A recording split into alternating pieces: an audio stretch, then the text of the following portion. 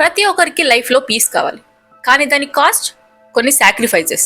అలా సాక్రిఫైస్ చేయాలంటే కొందరే ముందుకొస్తారు. పీస్ అంటే క్యాండిల్స్ విత్ కామ్ మ్యూజిక్ కాదు. It's about making hard decisions. నిజమైన పీస్ వార్ తర్వాతే వస్తుంది. War with your own mind, own habits and with your own people. So మీకు నిజంగానే పీస్ కావాలంటే start here. I don't complicate things, just 5 things to organize chaos in your life. So hi, I'm Hachita. Welcome back to the channel.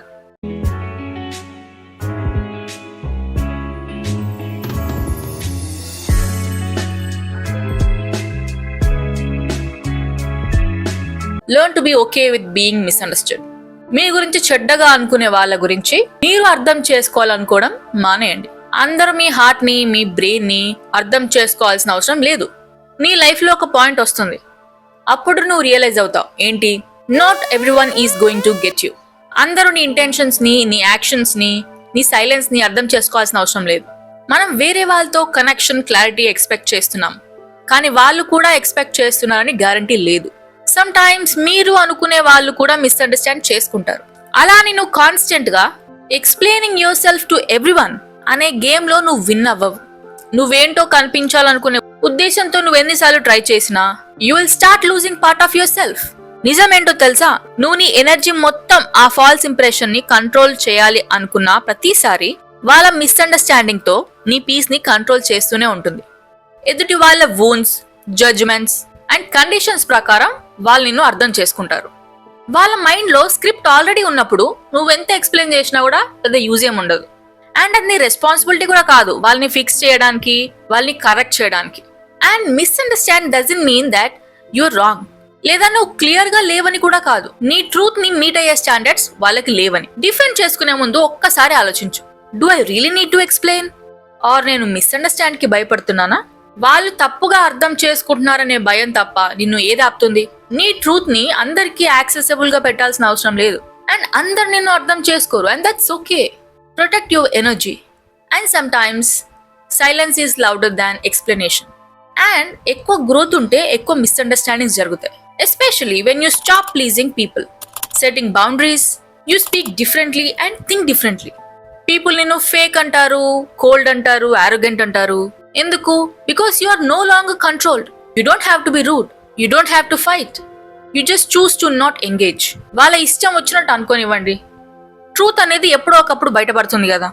At the end of the day, being okay with being misunderstood is not about being cold or emotionless. It's about choosing yourself. ప్రతిసారి ఈ clarity అనేది నీ మాటల్లో కాదు, నీ presence లో ఉంటుంది. So stop chasing validation. నీ స్ట్రెంగ్త్, నీ చాయిసెస్ ని ఎక్స్ప్లెయిన్ చేయకు. Let them misunderstand you.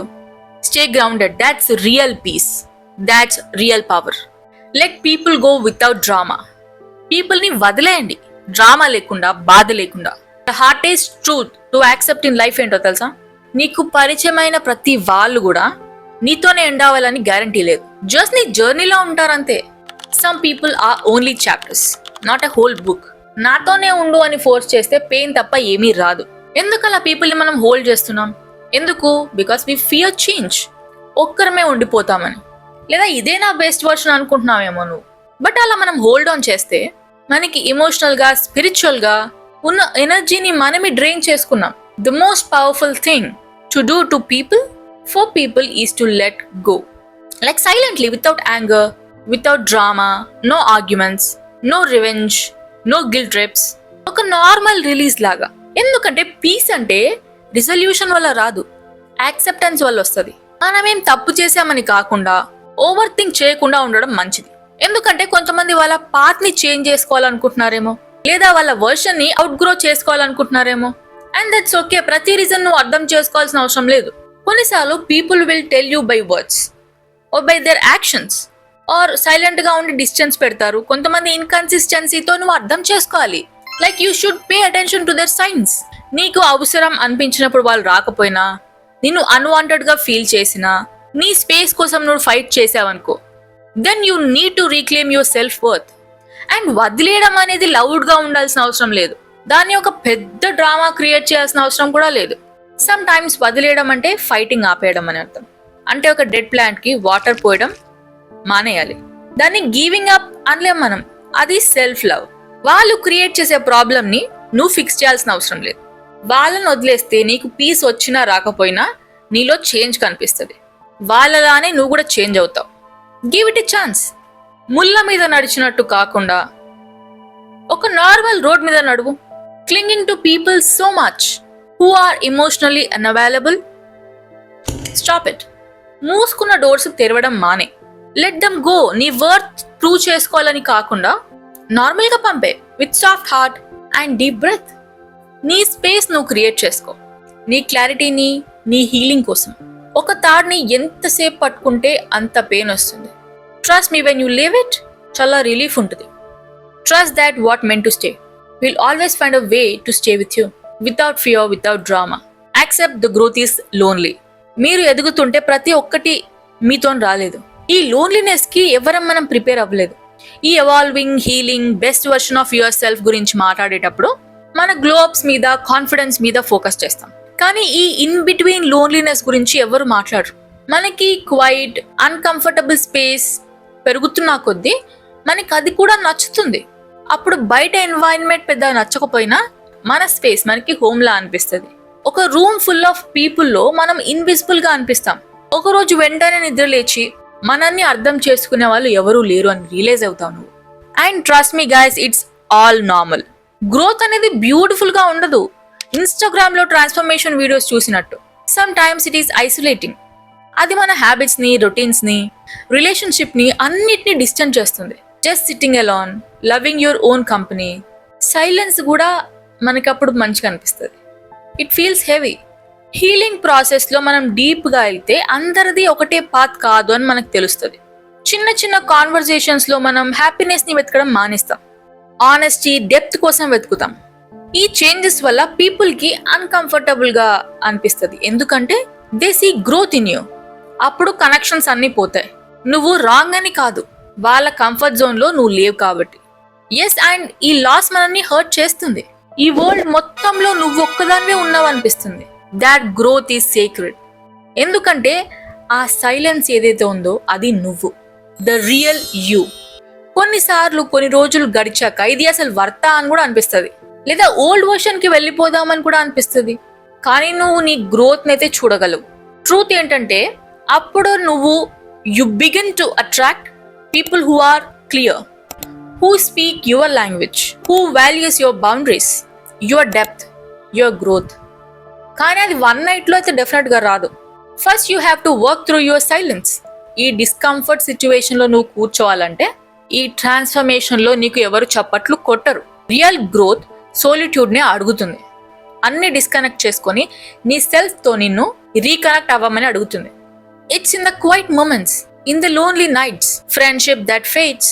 అప్పుడు నీ స్ట్రెంగ్త్ కనిపిస్తుంది. అండ్ ఆ స్టేజ్ లో మీరుంటే పానిక్ అవ్వకండి. నీ ఓల్డ్ వర్షన్ కి వెళ్దామని రష్ అవ్వకండి. ఈ లోన్లీనెస్ ఏదైతే ఉందో అది నీ స్పేస్ ని పీస్ఫుల్ గా మారుస్తుంది. అండ్ ఈ లోన్లీనెస్ పీస్ కోసం స్పేస్ ని క్రియేట్ చేస్తుంది, పర్పస్ ని క్రియేట్ చేస్తుంది, నీ ఎనర్జీకి మ్యాచ్ అయ్యే పీపుల్ ని కూడా క్రియేట్ చేస్తుంది.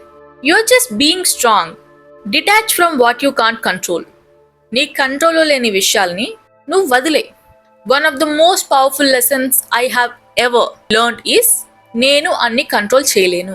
అలా నువ్వు చేసావనుకో, నువ్వు యాంగ్షియస్, ఫ్రస్ట్రేటెడ్ అండ్ ఎమోషనల్ గా డ్రైన్ అయిపోతావు. నీ చేతుల్లో లేని దాని గురించి నేను మేనేజ్ చేద్దాం అనుకోవడం అదొక మూర్ఖపు విషయం. That will stress you out. People ఏమనుకుంటారో నేను ఇది వదిలేస్తే అని నువ్వు అనుకుంటావు. నిజం ఏంటంటే నువ్వు నీ బెస్ట్ చేసినా కూడా, అండ్ నీ బెస్ట్ ఇంటెన్షన్స్ తో యాక్ట్ చేసినా కూడా అది జరగదు.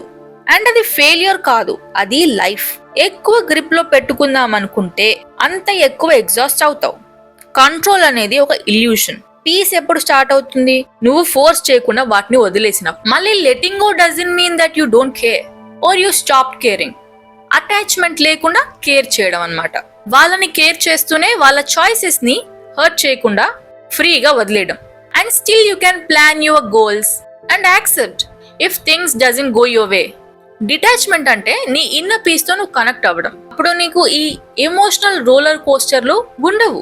ఎవరు ఏం చేసినా, చెప్పినా, ఆలోచించినా, బికాస్ నీ లోపల ఏం జరుగుతుందో నీకు తెలుసు, బయట ఏం జరుగుతుందో కూడా నీకు తెలుసు. సో అల్టిమేట్ గా ఆ పవర్ నీలో ఉంది. Real strength is staying calm in your chaos. Life perfect గా ఉండాలని కాకుండా నీ బ్రెయిన్ ని నువ్వు ట్రైన్ చేస్తున్నావు కాబట్టి, నీ చాయిసెస్ నేను కంట్రోల్ చేస్తున్నావు కాబట్టి ఆల్మోస్ట్ నీ లైఫ్ పర్ఫెక్ట్ గానే ఉంటుంది. కానీ కొన్ని మూమెంట్స్ లో మనుషులు నిన్ను డిసప్పాయింట్ చేస్తారు. లైఫ్ నీ ప్లాన్స్ ని ఫాలో అవ్వదు. Relationship shifts and that's okay. And it's not your job to fix everything and everyone. నీ జాబ్ ఏంటి? నీ వాల్యూస్ కి, నీ ట్రూత్ కి, నీ ప్రాసెస్ కి స్టిక్ అయి గ్రౌండెడ్ గా ఉండటం. Even it is uncomfortable. So instead of clinging to outcomes, situation కి లొంగిపోవడం ప్రాక్టీస్ చేయండి. నీ పార్ట్ని నుంచి రెస్ట్ వదిలేసే. Detachment is freedom. నీకే అనిపిస్తుంది ఒకప్పటికి, నేను ఏం క్యారీ చేయాల్సిన అవసరం లేదు, ఫిక్స్ చేయాల్సిన అవసరం లేదు, వేరే వాళ్ళని బ్రతిమిలాడాల్సిన అవసరం లేదు, జరిగిన దాని గురించి ఆలోచించాల్సిన అవసరం లేదు అని. అది కూడా ఒక పవరే. అప్పుడు you stop over thinking, you stop over explaining, you stop shrinking yourself in not your place. కొన్ని అర్థం చేసుకుని యాక్సెప్ట్ చేయాలి.